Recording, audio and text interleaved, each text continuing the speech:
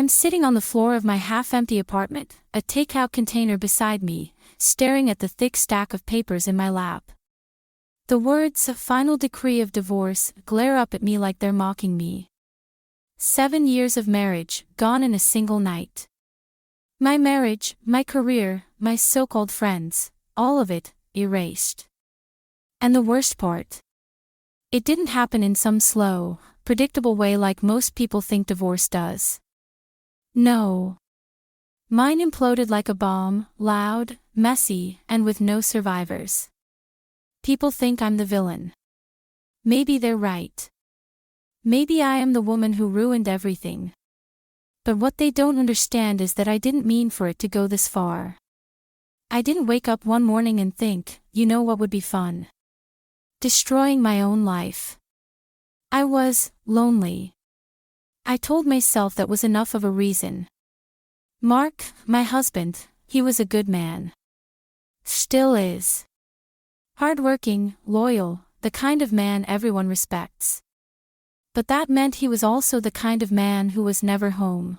Business trips, late-night meetings, endless calls that always seemed more urgent than me. And then there was Ethan. My boss. Tall, late 40s, the kind of charming that feels dangerous. He didn't just notice me, he made me feel like I was the most interesting woman in the room. He had this way of lowering his voice when he spoke to me, like every conversation was some shared secret. I knew better. But I liked it anyway. Ethan's wife, Clara, was, well, different from me. Mid-40s, poised, always in control. People underestimated her because she was quiet. I made that mistake too. And maybe that's why it was so easy to fall into what I thought was a harmless flirtation. I told myself I could handle it. That no one would ever know. But here's the truth about secrets, you're never as good at hiding them as you think you are. I thought the worst part would be losing Mark. I thought I'd live with the regret of breaking the heart of the man who loved me more than anyone else ever had. But I didn't know my boss's wife had her own revenge planned for me. And that night, the night it all came crashing down, didn't start with a confrontation. It started with a decision. The decision to meet Ethan at the office, after hours. If I'm honest, the cracks in my marriage didn't appear overnight, they'd been forming for years, little hairline fractures no one notices until one day, the whole thing shatters. Mark's job was demanding, and he was good at it. Too good. He was the man his company called when there was a crisis, the man they trusted to fix things on the other side of the country at a moment's notice. I told myself that was admirable. I told myself that being married to a man like that meant security. But security feels a lot like loneliness when you're eating dinner alone for the 3rd week in a row. That's when Ethan started to matter more than he should have. At first, it was harmless, quick chats by the coffee machine, the kind where you feel seen. He'd say things like, "That color looks amazing on you," or "You've got the sharpest ideas in this office." Compliments Mark hadn't given me in I couldn't remember how long. Then came the small gestures, an extra coffee waiting on my desk in the morning, a text late at night saying, "Still thinking about that presentation, you're impressive." It was intoxicating, that attention. One night, he asked me to stay after work to go over some last-minute edits for a client proposal. I said yes without thinking. The office was quiet, the kind of quiet where you can hear your own heartbeat. We sat close, too close, reviewing slides that didn't need reviewing. Our shoulders brushed. His hand lingered on mine a second too long. I should have left. I didn't. That first time wasn't passionate, not like in the movies. It was tentative, charged, a crossing of a line we both knew was dangerous. When it was over, we straightened our clothes and talked about nothing, like it was just another meeting. On the drive home, my heart pounded, but not from guilt, at least not yet. I told myself it was harmless. Just physical. Mark would never know. I could keep my life exactly as it was, just with this extra thing on the side. Weeks passed. We met again. And again. Always after hours, always under the guise of urgent work. Then came the company charity gala.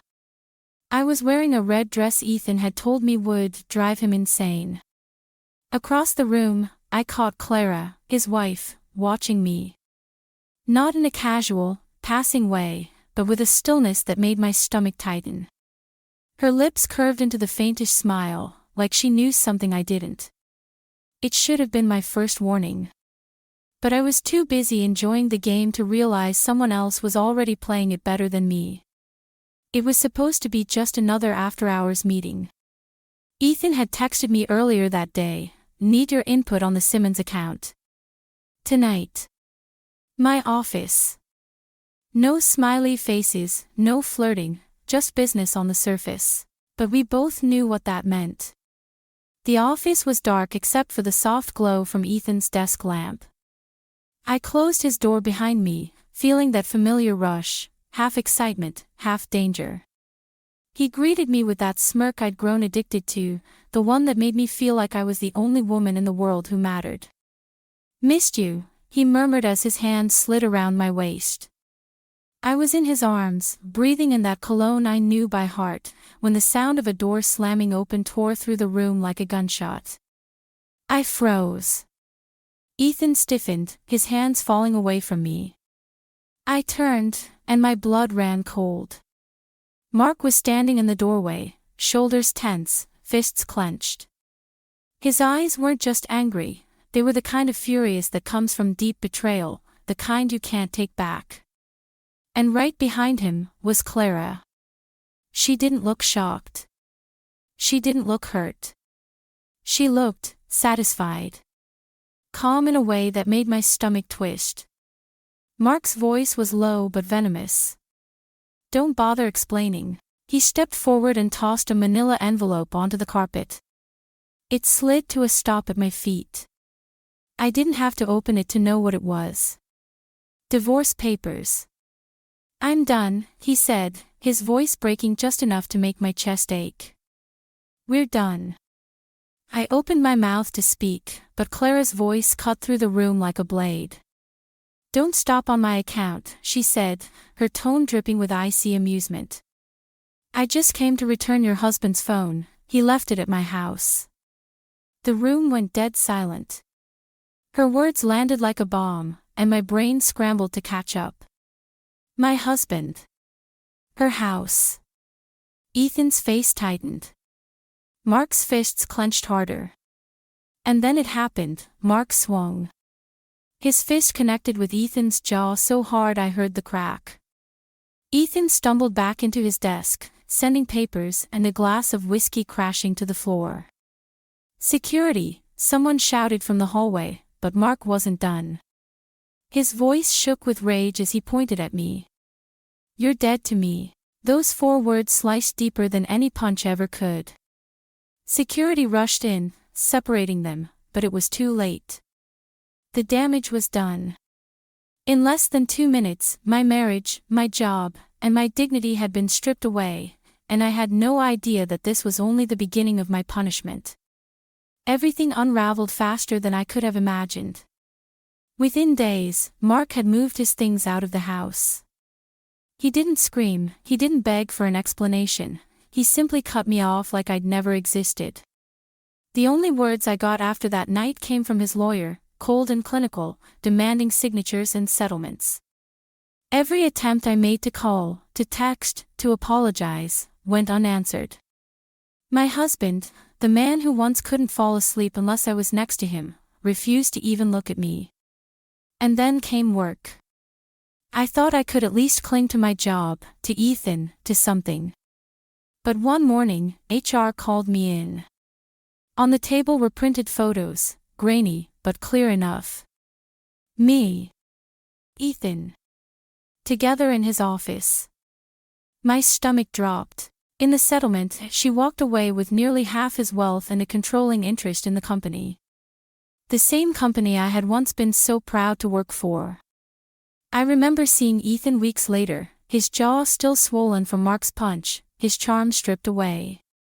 He tried to talk to me, to rekindle something, but it was different now. The thrill was gone. He was just another broken man with nothing left to offer. Meanwhile, I sat alone in a one-bedroom apartment, scrolling through social media photos of Mark smiling with friends, Clara's name popping up in business headlines, and my own reflection staring back at me like a stranger. And for the first time, I began to wonder if losing Mark wasn't the only loss I'd suffer. Maybe Clara wasn't finished with me yet. It had been 6 months since that night. 6 months of living in a haze, picking up freelance work just to cover rent, and avoiding eye contact with anyone who might recognize me. One rainy afternoon, I ducked into a quiet coffee shop. I'd been coming here for weeks, small, tucked away, the kind of place where no one asked questions. Except that day, someone did. "Mind if I join you?" I looked up and froze. Clara stood there, flawless as ever, her hair pulled back, her tailored coat looking like it cost more than my monthly rent. She didn't wait for my answer, just set her cup down and slid into the seat across from me. My first instinct was to leave. But something in her eyes kept me rooted. Calm. Controlled. Almost amused. "I suppose you've been wondering," she began, stirring her coffee slowly, "how much I knew." I didn't answer. My hands tightened around my mug. She smiled faintly.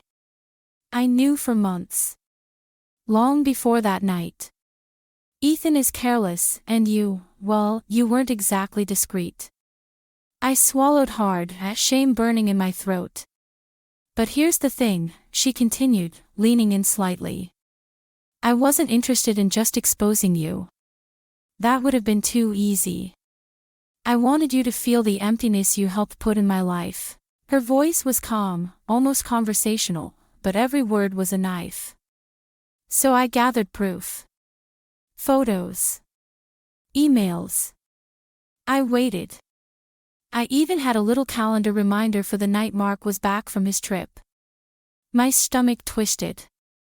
"You tipped him off." She didn't deny it.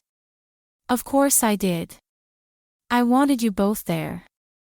I wanted the two people who thought they were playing me to realize I'd been playing them all along." I shook my head, trying to process it. Why involve Mark like that? Why humiliate him, too? That's when she smiled wider, something cold in it. "Oh, Mark wasn't humiliated," she said lightly. "He knew exactly what was coming." The words hit me like a slap. "We've been seeing each other since the divorce," she added, as casually as if she were talking about the weather. "We understand each other in ways you and Ethan never could. And unlike you, I don't take loyalty for granted." I stared at her, every muscle in my body tense. My pulse roared in my ears. She picked up her cup, took a slow sip, and stood. "You took my husband," she said softly, "so I took yours. Fair trade, don't you think?" And just like that, she was gone, leaving me in that coffee shop, alone with the sinking realization that the real game had never been between me and Ethan. It had always been between me and Clara. That night in the coffee shop replayed in my head for weeks. Clara's voice, her perfect composure, the way she walked away like she'd just won the last move in a game I never realized we were playing, it all clung to me like smoke I couldn't wash off. For the first time, I saw the truth with painful clarity. I hadn't just lost my husband. I had lost to a woman I dismissed as fragile, as blind, as someone living in the shadow of her husband's power. In reality, Clara had been the one holding all the cards, and I'd been too arrogant, too distracted, to notice. I thought I was clever. I thought sneaking around with Ethan made me irresistible, untouchable. But I had confused attention for love, and adrenaline for happiness. I told myself Mark had drifted away first, that I was just filling a void. But looking back, I realize, I wasn't filling anything. I was digging a hole. And Clara let me dig it deep enough to bury myself in. The silence in my apartment feels heavier now. Not just because Mark is gone, but because there's no one left to blame but me. My friends have moved on. My career is a shadow of what it was. And Mark, well, he's smiling in pictures again. With her. The irony is cruel. The man I claimed to love, and the woman I betrayed, found each other in the wreckage I created. Maybe they won't last forever, but it doesn't matter. Because the point isn't that they're happy now, it's that I'm not. And I can't remember the last time I truly was. Some nights, I still hear Mark's voice, "You're dead to me." And I wonder, maybe he was right. Maybe the person I used to be died the moment I traded loyalty for a thrill. I wish I could say I learned my lesson before it was too late. But the truth, the lesson only came after there was nothing left to save. So if you're sitting there thinking you're getting away with something, you're just not at the part where they've already caught you. Because they will. They always do. Would you rather be betrayed, or be the betrayer who loses everything?